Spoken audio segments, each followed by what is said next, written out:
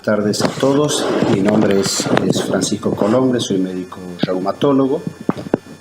En esta oportunidad voy a dividir la presentación en dos. En una primera parte hablaremos de esclerosis sistémica progresiva o esclerodermia, y en la segunda mitad de la presentación voy a hablarles sobre enfermedades musculares inflamatorias idiopáticas o miopatías inflamatorias idiopáticas. La esclerodermia es una enfermedad del tejido conectivo, como la mayoría de estas enfermedades de causa desconocida. Es una enfermedad sistémica crónica que puede tener una evolución variable, ser de una enfermedad leve con un compromiso cutáneo leve, fenómeno de Raynaud y sin compromiso sistémico, hasta ser una enfermedad muy agresiva, afectar múltiples órganos, producir compromiso pulmonar severo, afectar el tubo digestivo, un engrosamiento cutáneo severo que puede limitar hasta la movilidad de las articulaciones, y ser una enfermedad muy discapacitante. Clínicamente se caracteriza porque produce un engrosamiento cutáneo debido a la acumulación excesiva de tejido conectivo y puede no afectar órganos sistémicos que comprometan la vida de los pacientes.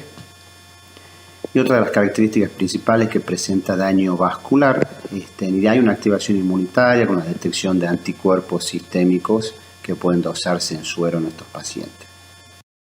La esclerodermia puede afectar a cualquier tipo de etnia, siendo más frecuente en la raza negra, y también se da con mayor frecuencia en mujeres con una relación 3:1 y predomina su incidencia en personas entre 20 y 40 años, es decir, afecta con mayor frecuencia a mujeres en edad fértil. Existe cierta agregación familiar, ¿sí? Si bien no es común encontrar familias de pacientes con esclerodermia, sí es frecuente cuando uno interroga a un paciente con esclerodermia que nos refiere a que tiene algún paciente con otra enfermedad autoinmune, un familiar con artritis reumatoidea, o con lupus, con vasculitis, etc. Como les mencioné anteriormente, la esclerodermia es una enfermedad de etiología desconocida. Si bien hay cierta agregación familiar y se han identificado algunos factores medioambientales, se cree que en un terreno de predisposición genética, ciertos factores ambientales podrían actuar como desencadenantes para el desarrollo de esta enfermedad. La esclerodermia se clasifica desde el punto de vista de extensión cutánea en esclerodermia cutánea difusa y esclerodermia limitada. La esclerodermia difusa es una enfermedad de progresión rápida. Hay un límite anatómico que sería en miembros superiores los codos y en miembros inferiores las rodillas. La esclerodermia inicia en general su compromiso a nivel distal en los dedos y avanza progresivamente hacia proximal. La esclerodermia difusa sobrepasa la esclerosis cutánea, el pliegue del codo y las rodillas. En cambio, la esclerodermia limitada en general se mantiene el compromiso en las manos y en la región distal de los antebrazos. Tienen algunas características distintivas desde el punto de vista evolutivo. La forma difusa suele ser de progresión más rápida, tiene un compromiso visceral precoz, suele comprometer en los riñones o los pulmones de manera precoz y más severo. Se asocia generalmente a la presencia del anticuerpo antitopoisomerasa 1 o el también denominado anti-SCL70, si bien tiene una baja sensibilidad. Y la forma limitada es una forma de progresión lenta cutánea, suele tener menos compromiso visceral, o es más leve y más tardío.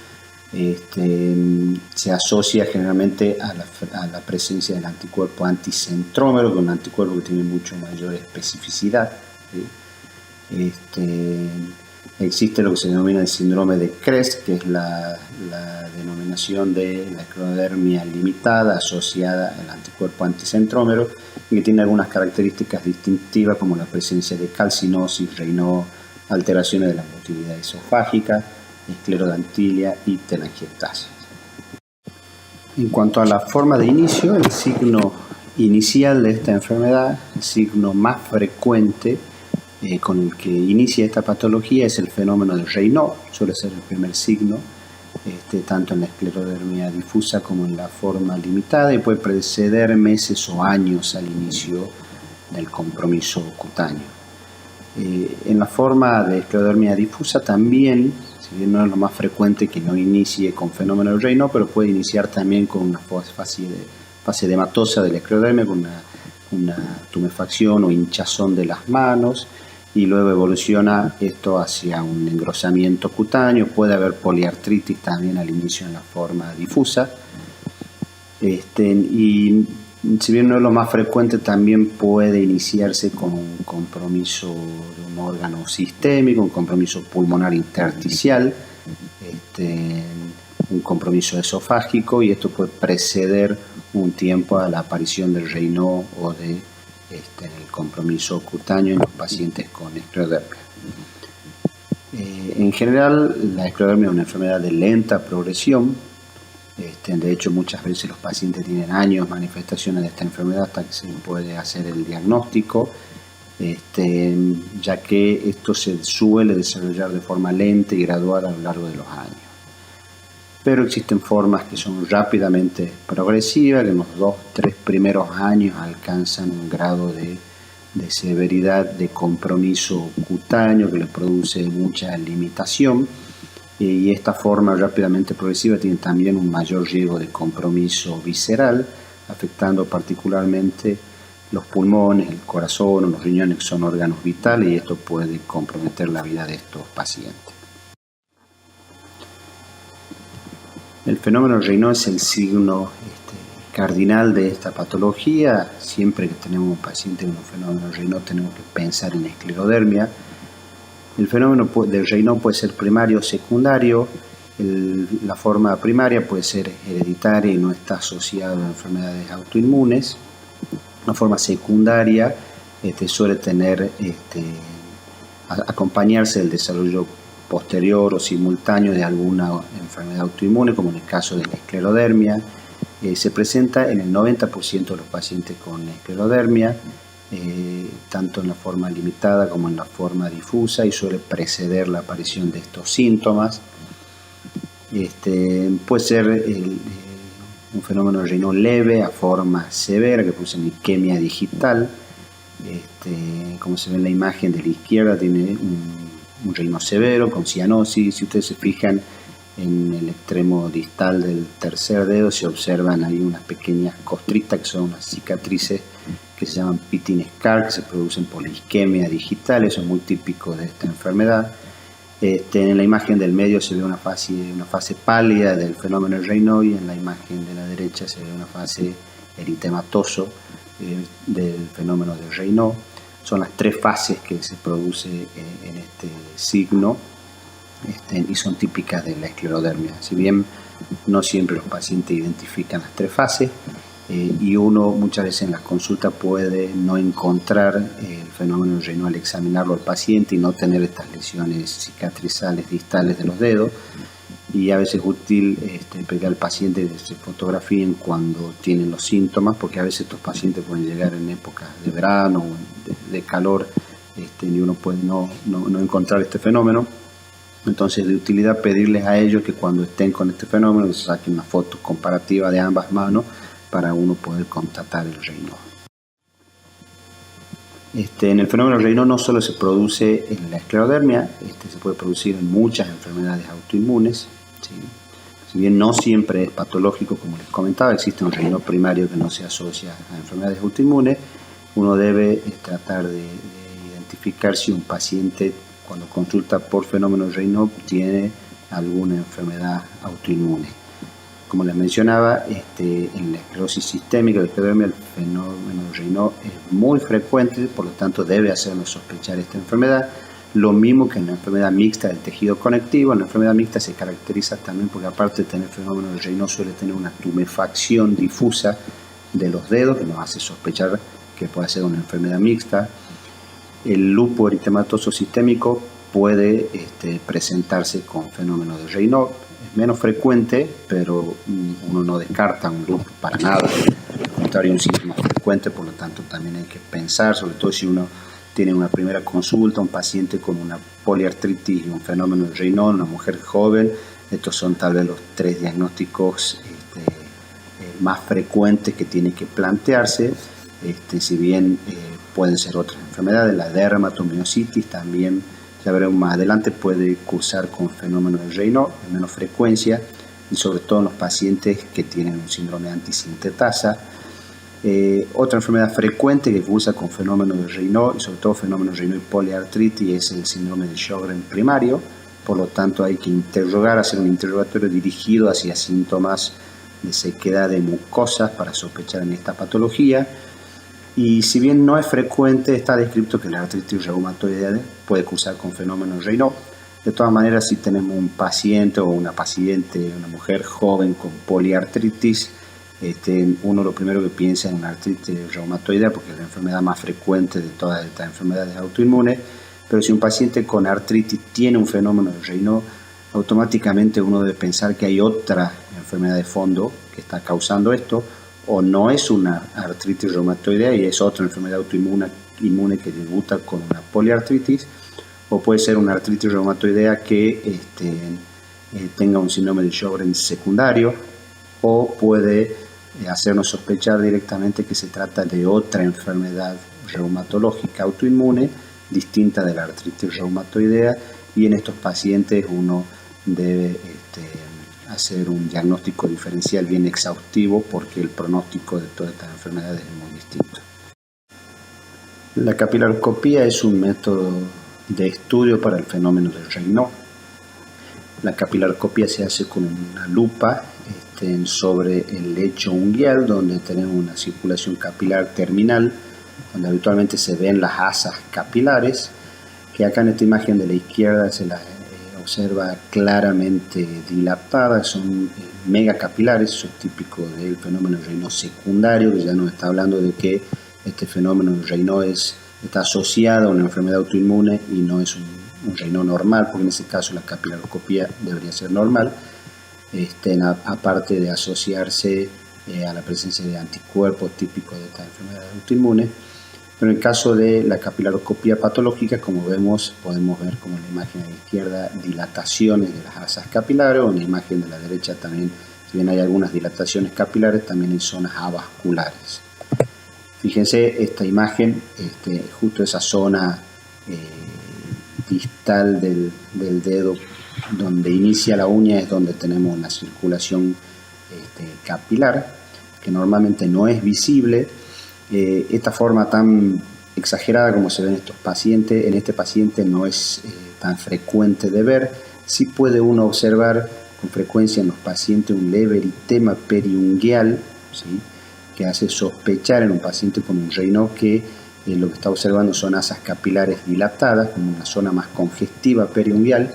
Esta imagen la puse porque realmente, si bien es infrecuente de ver, pero es muy representativa de lo que suele mostrar la capilaroscopía en un paciente con un fenómeno de Raynaud. En la capilaroscopía no solo puede verse las dilataciones capilares, se pueden ver zonas de hemorragia, zonas de desestructuración de capilares, hay zonas avasculares o de pérdida de capilares, y el médico reumatólogo que les informe una capilaroscopía suele informar todas estas características de capilaroscopía y poner un breve comentario al final si es patológica y compatible con distintos tipos de patrones asociados a la enfermedad autoinmune. Por lo tanto, es muy útil para estudiar un fenómeno de Raynaud. Fíjense ustedes que la presencia de una capilaroscopía patológica y la presencia de un factor antinuclear o un NANA o un FAM positivo son predictores del desarrollo de esclerodermia, aunque también puede darse estas dos características en otras enfermedades. Están descritas tres fases evolutivas cronológicas del compromiso cutáneo en la esclerodermia. La enfermedad suele iniciar, o si bien no siempre es visible, con una fase edematosa de la piel, ¿sí?, donde se observa una hinchazón de los dedos, una hinchazón que puede dejar godet o no. Se ve en forma difusa un edema de las manos. Esto puede durar semanas o meses o más inclusive. Inicia también a nivel distal, que es el compromiso en la región típica que afecta a la esclerodermia. Con el tiempo esto puede evolucionar hacia un engrosamiento de la piel, donde la piel se encuentra engrosada, visible, muy palpable al examen, ¿sí? Cuando uno intenta pinzar los pliegues normales a nivel distal de los dedos, se ve que se encuentra una piel como más dura, más tensa, la piel se pone brillante. Después les muestro unas imágenes. Se observa una pérdida de los pliegues cutáneos, tal vez una dificultad para movilizar los dedos, para flexionar los dedos. Y bueno, y con el correr del tiempo de los años esto puede desembocar en una fase atrófica donde la piel vuelve a tal vez a adelgazarse, pudiendo tal vez reaparecer los pliegues y se observa atrofia de algunos anexos. Es infrecuente y bastante raro de encontrar un paciente y diagnosticar una esclerodermia en una fase edematosa, si bien he tenido oportunidad de ver casos aislados. Pero lo más común es que uno encuentre un paciente con una esclerodermia en una fase esclerótica asociada al fenómeno de Raynaud. Si ustedes se fijan en este paciente de la imagen izquierda, vemos que tiene la piel brillante, ¿sí? Se ve hasta ligera hipercromía. Esto puede causar la esclerodermia, oscurecer un poco la piel. Si se fijan, la piel está muy brillante, no se ven, si bien la imagen no es la mejor, pero no se ven los pliegues o las arrugas normales que tiene la piel. Este paciente no puede extender las manos en su totalidad, los dedos, ¿sí? Porque la esclerodermia tiende a producir con el engrosamiento cutáneo esa deformación fija en flexión, y por la tensión, por la esclerosis de los tejidos adyacentes articulares, hace que uno pierda movilidad. En la imagen izquierda también se observa, tal vez un poco menos avanzada, pero se observan algunos escasos pliegues dorsales en los dedos. Pero si ustedes comparan tal vez con sus manos, cuando intentan extender la mano, van a ver que es normal tener como muchas pequeñas arruguitas, y en estos pacientes eso suele ser un signo de evolución de la esclerodermia. También suele haber unas lesiones que se llaman lesiones en sal y pimienta. Esta es una paciente mía del hospital que le pedí permiso para sacarle una foto porque se evidencia claramente estas lesiones hipocrómicas, que están descritas como lesiones en sal y pimienta, y a esta paciente se le oscureció mucho la piel. Ella tiene un bronceado difuso en la piel, que no es solo una coloración racial, sino que se ha oscurecido su piel y al día de hoy tiene más oscura todavía. Y se observan algunas zonas donde hay pérdida de vello, la piel se vuelve más seca, más áspera y tal vez más brillosa.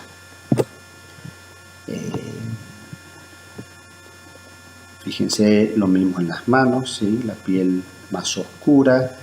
Ella todavía conserva bastante sus pliegues, pero se puede observar en el caso de ella que la piel es más brillosa. Fíjense, algunos deditos en la falange distal ha perdido los pliegues normales en comparación con dedos adyacentes.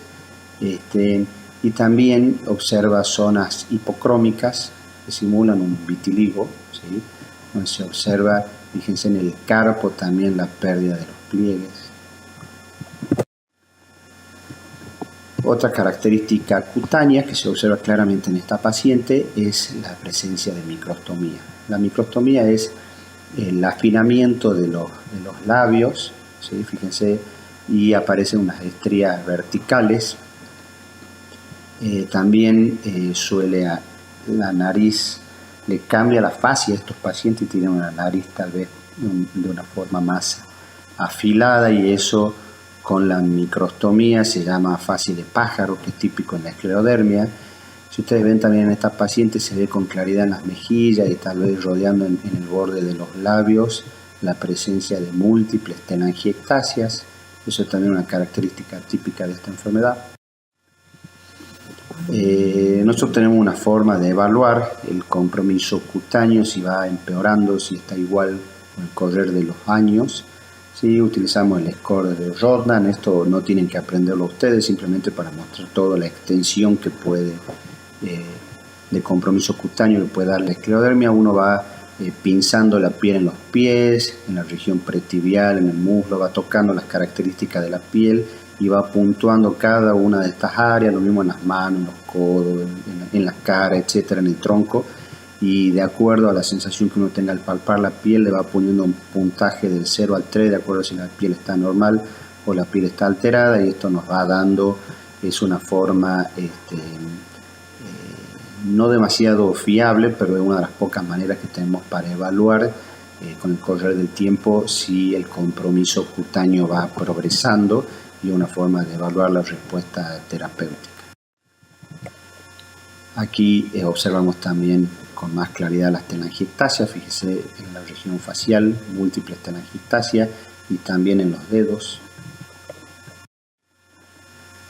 De nuevo, estos son, acá se ve con más cercanía en las úlceras digitales o pitting scar, que se denominan también úlceras en mordedura de rata. Cuando uno tiene un paciente con un fenómeno de Raynaud y tiene este tipo de lesiones, ya seguramente, por más que no hagamos una capilaroscopía, estamos frente a un Raynaud secundario, y esto suele asociarse muy frecuentemente a esclerodermia. No sé si recuerdan la clasificación inicial, vimos que la esclerodermia limitada, uno de los síntomas que podía presentarse y asociado con frecuencia a lo que se denomina síndrome de Crest son las calcinosis, que son la presencia de depósitos calcáreos en el tejido subcutáneo. Es común que se presenten también en el pulpejo de los dedos y puede ser bastante discapacitante porque son zonas como muy dolorosas. Acá en el pulpejo del dedo pulgar de la foto de la izquierda se ven, fíjense, en la zona distal en unos depósitos blancos de estos tejidos calcáreos que la verdad son discapacitantes. Otras características de esta enfermedad puede producir artritis, como había mencionado, pueden tener características similares a la artritis de la artritis reumatoidea, con rigidez matinal, tumefacción articular, puede presentarse una poliartritis, puede haber dolor por frote tendinoso, por el engrosamiento cutáneo, no necesariamente el dolor en pacientes con esclerodermia es por tumefacción articular. Puede haber estas imágenes en contractura de flexión de los dedos en forma de arco, no pueden extender los dedos. Estos puede asociarse también a debilidad muscular. La debilidad muscular en pacientes con esclerodermia puede deberse con frecuencia a una atrofia por desuso. Todo esto lo va, estas manifestaciones clínicas cutáneo-articulares, musculares, lo van limitando al paciente, cada vez tienen menos actividad física, ¿sí? Y esto va generando que su musculatura se atrofie, asociada a que estos pacientes tienen ciertos trastornos del glutorio, a veces comen menos y esto les aporta una dieta menos proteica, va favoreciendo, sumado al desuso articular, cierta debilidad, y estos pacientes pueden cursar con miositis también, que se caracteriza, como ya veremos en la dermatoma, en la polimiositis, por una debilidad muscular proximal, ¿sí? Con una elevación no tan severa, pero puede elevar las enzimas musculares. La esclerodermia puede afectar, como habíamos dicho, otros órganos sistémicos, puede producir compromiso cardíaco, ¿sí? De forma primaria o secundaria. De forma primaria, la esclerodermia puede afectar directamente el miocardio, el pericardio, las válvulas, los vasos coronarios. Lo más común es que afecte el sistema de conducción por cambios inflamatorios en el sistema de conducción y fibrosis, y puede generar arritmia. Puede haber compromiso secundario. Es frecuente que estos pacientes tengan una fibrosis pulmonar intersticial, y esto puede desencadenar una hipertensión pulmonar secundaria a este fenómeno intersticial, aunque también los pacientes pueden tener hipertensión pulmonar sin tener compromiso intersticial del pulmón y deberse a un fenómeno vascular patológico también típico de esta enfermedad. El compromiso miocárdico, por supuesto que es de mal pronóstico, y los pacientes tienen una mortalidad elevada a 5 años del diagnóstico de este compromiso. Como les mencionaba, la esclerodermia puede producir compromiso a nivel cardíaco, puede afectar distintos tejidos del corazón, puede causar principalmente pericarditis, ¿sí? Con derrame pericárdico de distinta magnitud, puede ser asintomático, puede evolucionar hacia un taponamiento cardíaco, lo que no es frecuente en esta enfermedad, puede producir compromiso miocárdico y causar disfunción del ventrículo izquierdo, insuficiencia cardíaca, puede afectar el sistema de conducción, que tal vez es una de las formas más frecuentes luego de la afección pericárdica. Es común y estos pacientes hay que monitorearlos porque pueden hacer arritmias por fibrosis del sistema de conducción. Si bien no es frecuente, pueden tener dolor precordial por isquemia secundario a fenómeno de Raynaud de las arterias miocárdicas, y también puede haber distintos tipos de compromiso valvular. El compromiso pulmonar tal vez es uno de los compromisos sistémicos más frecuentes y más temidos en estos pacientes. Fíjense que puede ocurrir hasta en el 70% de los pacientes y es la primera causa de muerte en la esclerosis sistémica progresiva. Hay dos tipos de compromiso, ¿sí? Uno es la enfermedad pulmonar intersticial y el otro es la hipertensión pulmonar, no necesariamente secundaria en la enfermedad pulmonar intersticial. Se caracterizan por disnea de esfuerzo. Estos pacientes en general uno los estudia con ecocardiograma, espirometría y DLCO todos los años, a pesar de estar asintomático, para hacer una pesquisa temprana de estas complicaciones, porque todos sabemos que son frecuentes en estos pacientes. Cuando uno sospecha una enfermedad pulmonar intersticial en estos pacientes, la radiografía tiene baja sensibilidad, al igual que la espirometría, por lo tanto debemos en lo posible realizar una tomografía axial computada de alta resolución, que es la que nos permite demostrar un compromiso temprano. Esto se suele visualizar en la tomografía de alta resolución como la presencia de vidrio esmerilado. Hay distintas formas de patrones en las que puede comprometerse el pulmón de un paciente con esclerodermia. Existen, a grosso modo, dos formas que son las más frecuentes, que una es la forma de compromiso intersticial de neumonía no específica, o NINE, o NSIP en su sigla en inglés, que es una forma que se caracteriza por vidrio esmerilado. Hay un componente inflamatorio que suele tener mejor respuesta al tratamiento y mejor pronóstico. Y hay otra forma que es más fibrosante, tal vez, que donde se observa un patrón de panal de abeja, que se denomina neumonía intersticial usual, o NIU. La neumonía intersticial usual tiene pobre respuesta al tratamiento, es más fibrosante del inicio de la enfermedad, suele producir un compromiso más severo de la función pulmonar, y el tratamiento de esta forma de presentación aún está en revisión por la mala respuesta que tiene al tratamiento inmunosupresor. La hipertensión pulmonar es otro marcador de pronóstico en los pacientes con esclerodermia, lamentablemente bastante frecuente. Fíjense que hasta el 35% de los pacientes pueden tener hipertensión pulmonar, por lo tanto uno le hace screening anual a estos pacientes con ecocardiograma. La hipertensión pulmonar es más común, como les mencioné anteriormente, en la forma limitada de esclerodermia, ¿sí? Cuando uno detecta por ecocardiografía o sospecha una hipertensión pulmonar, lo ideal es hacerle un cateterismo cardíaco para medir la presión de la arteria pulmonar y poder diagnosticar esta enfermedad, y también esto ayuda a definir cuál es el tratamiento más apropiado.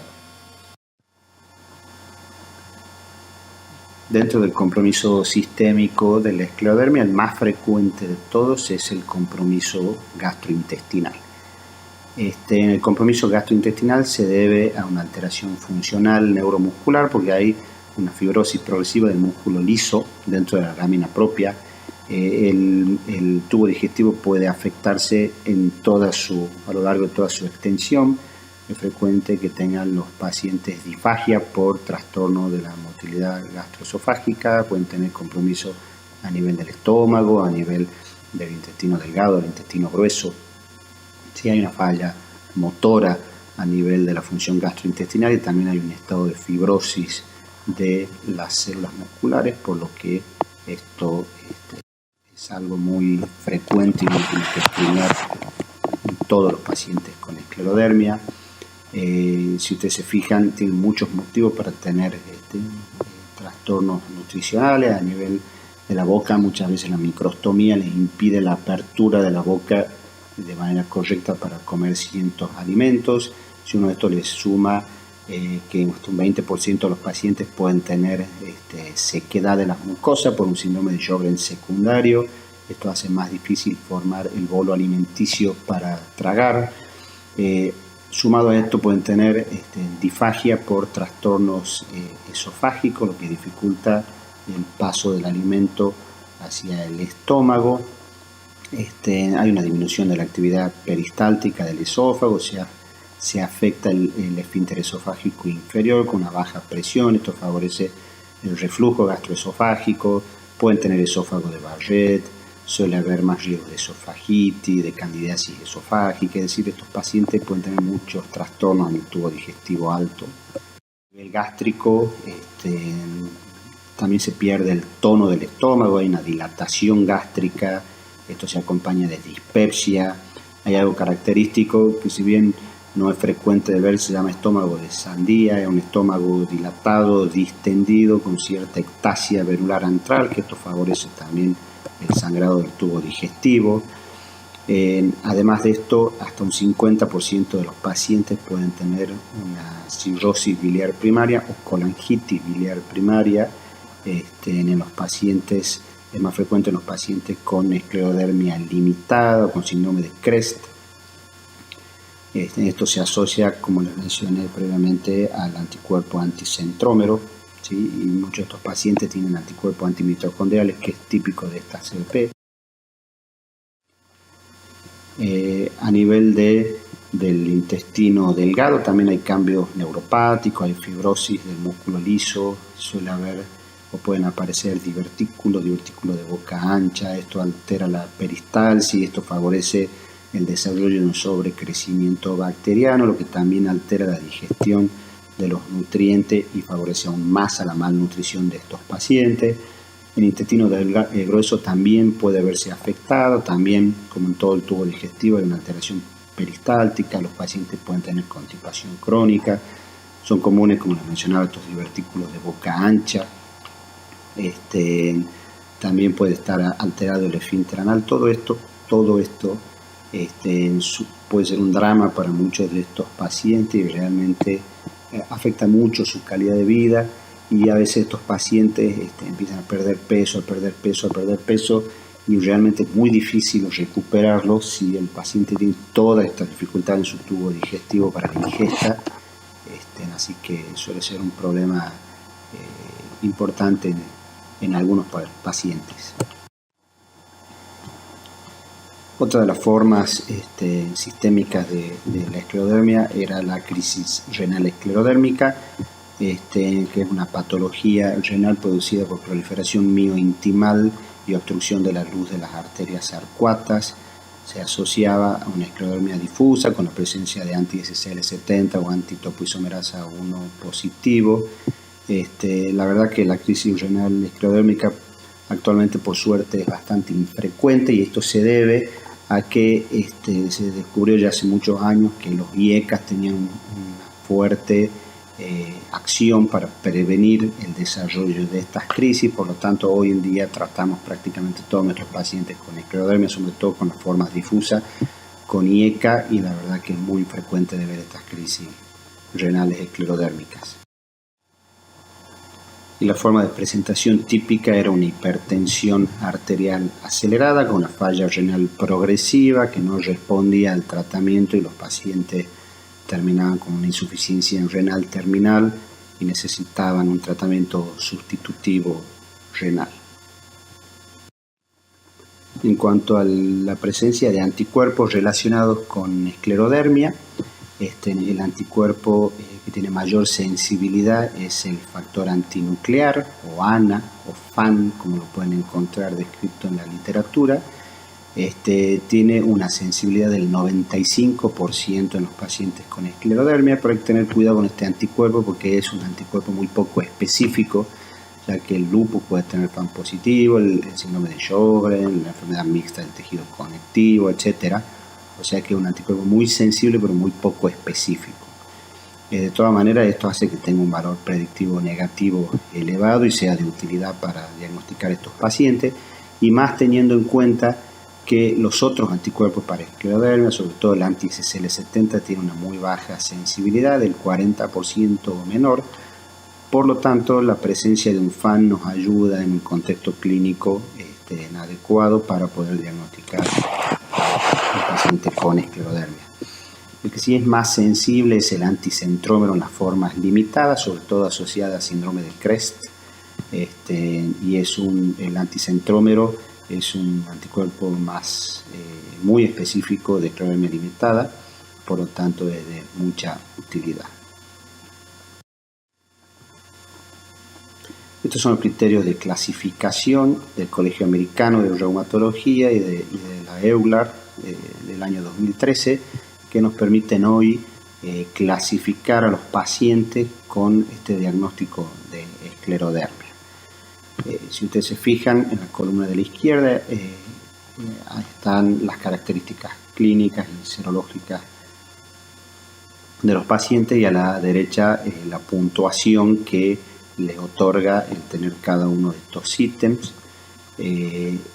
Fíjense que con 9 o más puntos podemos diagnosticar una esclerodermia, y ya solo tener un engrosamiento cutáneo de los dedos simétrico con extensión proximal a las articulaciones metacarpofalángicas es un criterio suficiente para diagnosticar esclerodermia. Muchas veces el compromiso es más de esclerodactilia, por lo tanto todos los otros ítems son necesarios. El engrosamiento cutáneo de los dedos, las lesiones de los pulpejos de los dedos, que son estas úlceras digitales o pitting scar, la presencia de telangiectasias, la capilaroscopía patológica, la hipertensión pulmonar o la enfermedad pulmonar intersticial, el fenómeno de Raynaud y los anticuerpos que mencionamos anteriormente. Cada uno tiene su puntaje para sumar al diagnóstico o a la clasificación de un paciente con esclerodermia.